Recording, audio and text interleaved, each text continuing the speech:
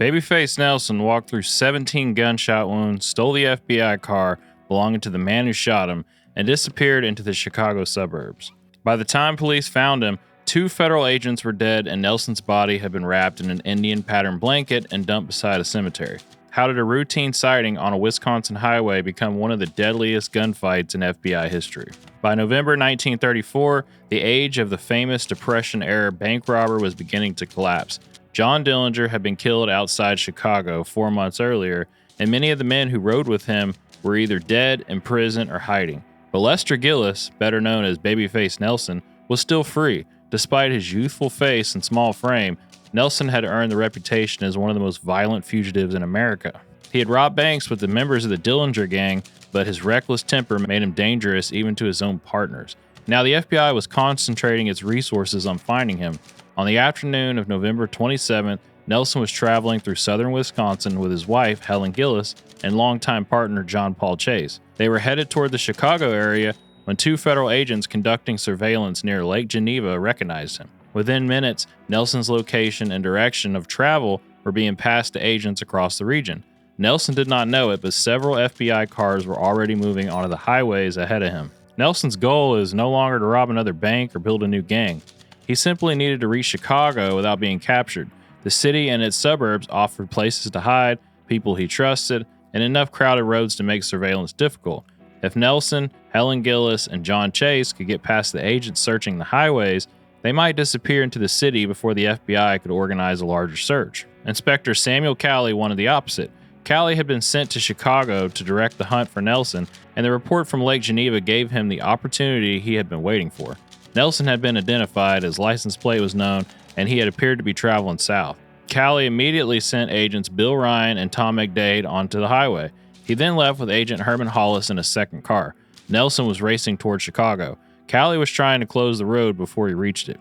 At approximately 3:15 that afternoon, agents Bill Ryan and Tom McDade spotted Nelson's car traveling south toward Chicago.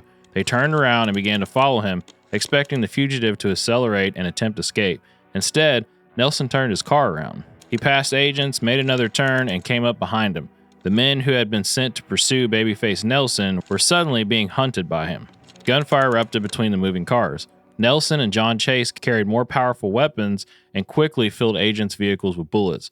Ryan and McDade were badly outgunned, but Ryan managed to fire a shot into Nelson's radiator. Steam began rising from the front of the fugitive's car. The damaged engine lost power, forcing Nelson to slow down as the agents raced ahead. Nelson had avoided capture, but his route to Chicago was disappearing. His car was failing, federal agents knew exactly where he was, and another FBI vehicle was approaching from the opposite direction. Moments later, Inspector Samuel Cowley and Agent Herman Hollis passed Nelson's damaged car on the highway. Hollis immediately turned around and followed. By then, Nelson's radiator had been pierced and his car could go on no further. He pulled off the road near Barrington, Illinois. The chase was over, but Nelson was not preparing to surrender. He and John Chase stepped from the disabled car, carrying their weapons, and took positions beside the road. Helen Gillis remained nearby as the FBI vehicle approached. Hollis brought the car to a sliding stop roughly 150 feet behind them. Before the agents could fully take cover, Nelson and Chase opened fire. Hollis and Cowley jumped from their vehicle and returned fire across the open roadside. Agent Hollis was struck and killed. Cowley was mortally wounded. Nelson was also hit repeatedly, but instead of falling back, he moved forward through the gunfire toward the agent's car. That decision changed everything. Nelson had begun the afternoon trying to escape the FBI. Now badly wounded, and with his own car disabled, he was advancing directly toward the men sent to capture him. Despite his wounds, Nelson reached the FBI vehicle. Helen Gillis and John Chase helped him inside, and the 3 escaped from the roadside in the car belonging to the agents who had been sent to capture them. For a few hours, Nelson had apparently survived the confrontation. He had broken through the FBI's line, left 2 agents behind, and disappeared into the northern suburbs of Chicago. Nelson was bleeding heavily from multiple gunshot wounds. Helen and Chase could not take him to the hospital without exposing themselves, and there was little they could do to save him. At approximately 8 o'clock into the evening, Babyface Nelson died in Wilmette, only a few hours after leaving the battlefield at Barrington. Inspector Sam Cowley remained alive through the night, but died at 2:17 the following morning. Agent Herman Hollis had died at the scene. The man who escaped one of the most violent gun battles in FBI history had gained only a few additional hours of freedom. Within a month, Helen Gillis and John Chase were both captured.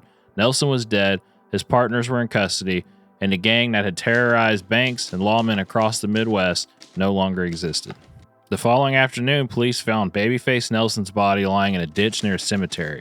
He had been wrapped in an Indian pattern blanket before Helen Gillis and John Chase left him there. Helen later explained why she covered her husband's body. He always hated the cold. It was a strangely human final gesture after an afternoon of extraordinary violence.